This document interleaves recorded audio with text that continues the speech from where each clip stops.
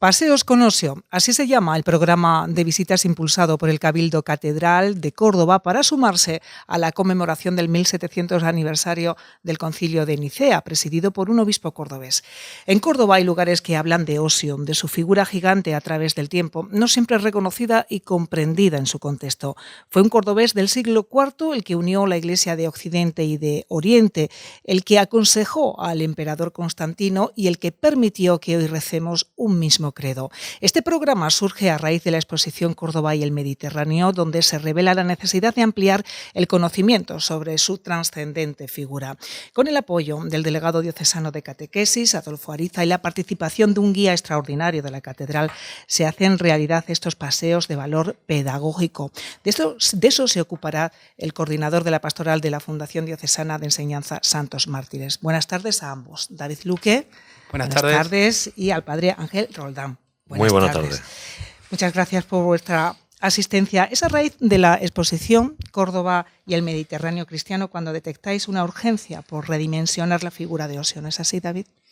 Sí, yo estaba participando como guía en esa exposición donde la dimensión de la exposición era bastante importante, era muy interesante. Y el padre Ángel, que yo creo que fue el primero que vino en un grupo de las primeras visitas que realizamos, pues ya tomamos contacto y como fue muchas más veces, yo le iba trasladando esa cuestión, por ejemplo. No solo el desconocimiento de los primeros años, no solo de la Iglesia como tal en el Mediterráneo, sino también en la propia ciudad, sino que Osio había sido una figura absolutamente imprescindible en la historia de la Iglesia y, por qué no decirlo, en todo Occidente. A partir de ahí, bueno, acaba la exposición, nosotros tenemos otros proyectos como son las visitas de los mártires, de la Fundación Santos Mártires, con los centros educativos, pero sí empezamos a profundizar en este tema, hasta que con el padre Adolfo Ariza pues nos fuimos reuniendo en algunas sesiones hasta desarrollar un proyecto donde lo que queríamos realmente era la difusión más sencilla de la figura de Osio. Es decir, Córdoba tiene inmensos personajes en la historia. Tenemos desde Séneca a Góngora, tenemos personajes increíbles de los que nos sentimos muy orgullosos. Sin embargo, Osio está en ese grupo, pero no conocemos realmente su dimensión, no sabemos qué hizo realmente. Y nos parecía muy interesante que todo el público en general y la gente de la diócesis en particular pues conocieran esa figura y de ahí surge este proyecto. La palabra sencillez va ligada totalmente al padre Ángel. Entonces, esto fue un punto clave para que el proyecto tomara cuerpo. Desde ese momento apostaste también por la dimensión sencilla de la figura de Osio. Y todo se hace, padre, en torno al 1700 aniversario del Concilio de Nicea, presidido por Osio. Efectivamente, con motivo de este gran aniversario, de este concilio que preside nuestro obispo Osio de Córdoba, en representación del Papa San Silvestre, convocado por Constantino, también el emperador, ante la gran problemática del arrianismo en la Iglesia Católica y en todo el Mediterráneo. Y la Iglesia empieza como a dividirse en dos, los arrianos y los católicos de Roma. Le preocupa al emperador, le preocupa a la propia Iglesia de Roma y deben solucionar la negación, realmente, esto es el arrianismo, la negación de la divinidad de Cristo. Cristo es sobre todo hombre, afirman ellos, pero es menos Dios, por así decirlo. Y entonces es la Iglesia, presidida pues por Osio en ese momento, en ese concilio, la que pone los puntos sobre la IE, establece en ese sencillo credo, que es lo que nos ha llegado a nosotros, pues que Jesucristo es Dios y hombre verdadero, 100% hombre, 100% Dios. Qué importante. Para ello se ha programado una serie de paseos teatralizados por nuestra ciudad relacionados con la figura partiendo del antiguo foro romano, las tendillas, para entendernos. ¿Cuál será el recorrido, David? Bueno, la idea del paseo es conocer un poco más la figura de Osio y no solamente como un personaje idealizado de los monumentos, de los cuadros, porque sí, pensamos un segundo, el cuadro más famoso donde está representado Osio va vestido de obispo, de rojo, con una tiara, con barba larga, pelo largo, blanco, y sin embargo el monumento de Cuyo Valera, que está en la Plaza de Capuchinos, es un personaje absolutamente romano, togado, sin pelo, Evidentemente no sabemos exactamente cómo era su figura, lo que sí sabemos es el contexto que se desarrolló su vida. Y en el momento que lo nombran obispo de Córdoba, la iglesia está perseguida y la Córdoba es una ciudad romana, monumental y, por qué no decirlo, una de las ciudades más importantes del Imperio Romano. Es muy conocida la ciudad por su historia del siglo X, y es cierto, pero los historiadores hablan de que hay 3 momentos fundamentales que trascienden la sociedad y el mundo, identificados con 3 ciudades: el siglo II en Roma, el siglo X en Córdoba y el siglo XX en Nueva York. Eso dicen los historiadores universales. Lo cierto es que Córdoba en el siglo II, en el siglo III en este caso, el siglo IV, era Roma, porque Córdoba era una provincia senatorial, no era una provincia imperial, es decir, formaba parte de Roma. Nosotros éramos ciudadanos romanos de pleno derecho. En ese contexto es donde Osio es obispo. Eso es lo primero que queremos hacer una visión, una contextualización de en el momento que es nombrado obispo, con la edad, que es muy joven, y a lo que se enfrenta en los primeros años de su episcopado.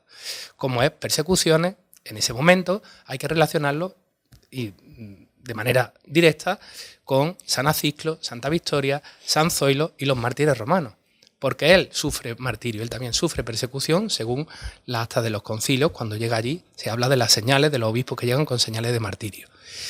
Con lo cual también hay que contextualizar el momento que vivía la Iglesia en ese momento.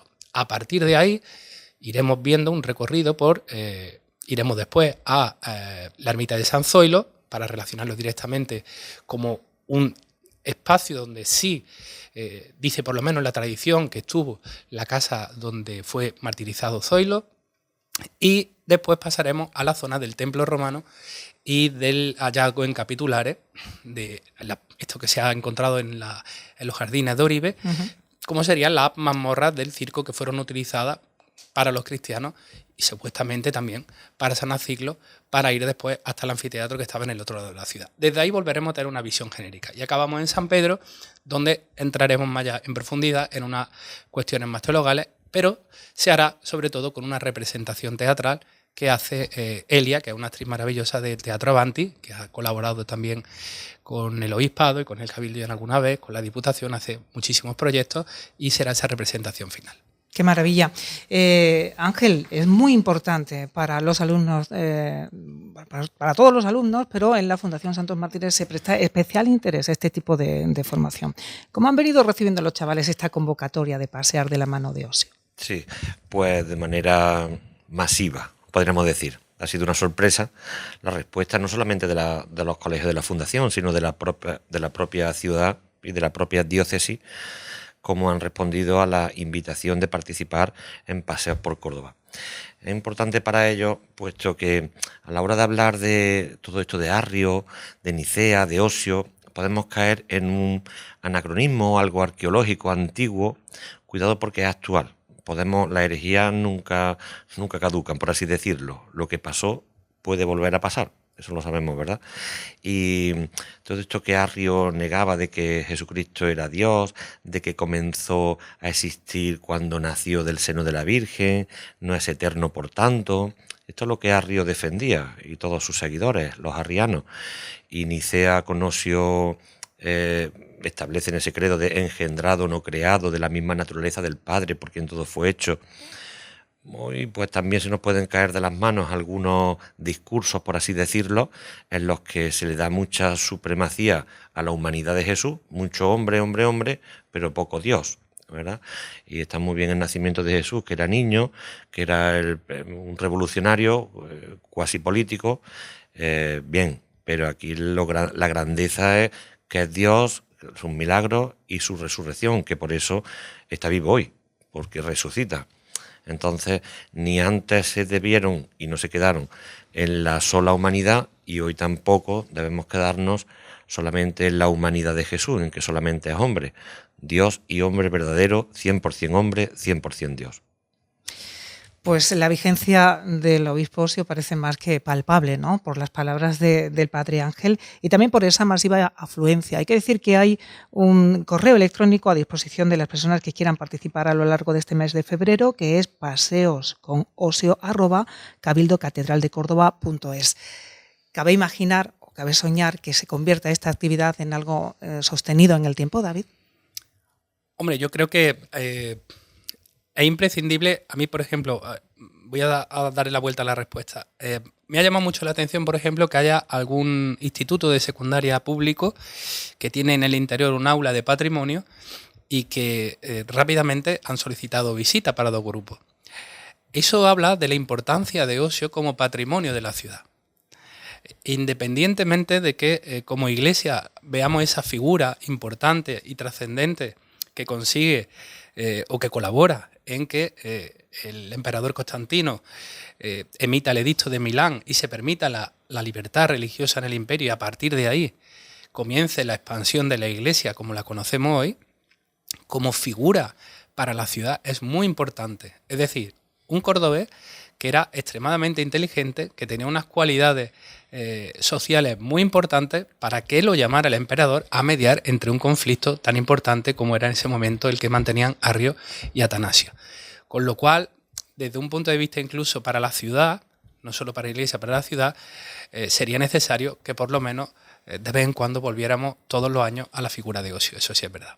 Bueno, pues ahí está la esperanza de que así sea, de que sea posible que cada año nos convirtamos un poco en ciudadanos conscientes del contexto histórico en el que hemos crecido y de los que somos herederos. Muchísimas gracias, Padre Ángel y a David Luque, por traernos de primera mano estos paseos que son inminentes, porque para la próxima semana ya se celebra el primero. Muchísimas gracias a ambos. A ti. A ti, Natividad.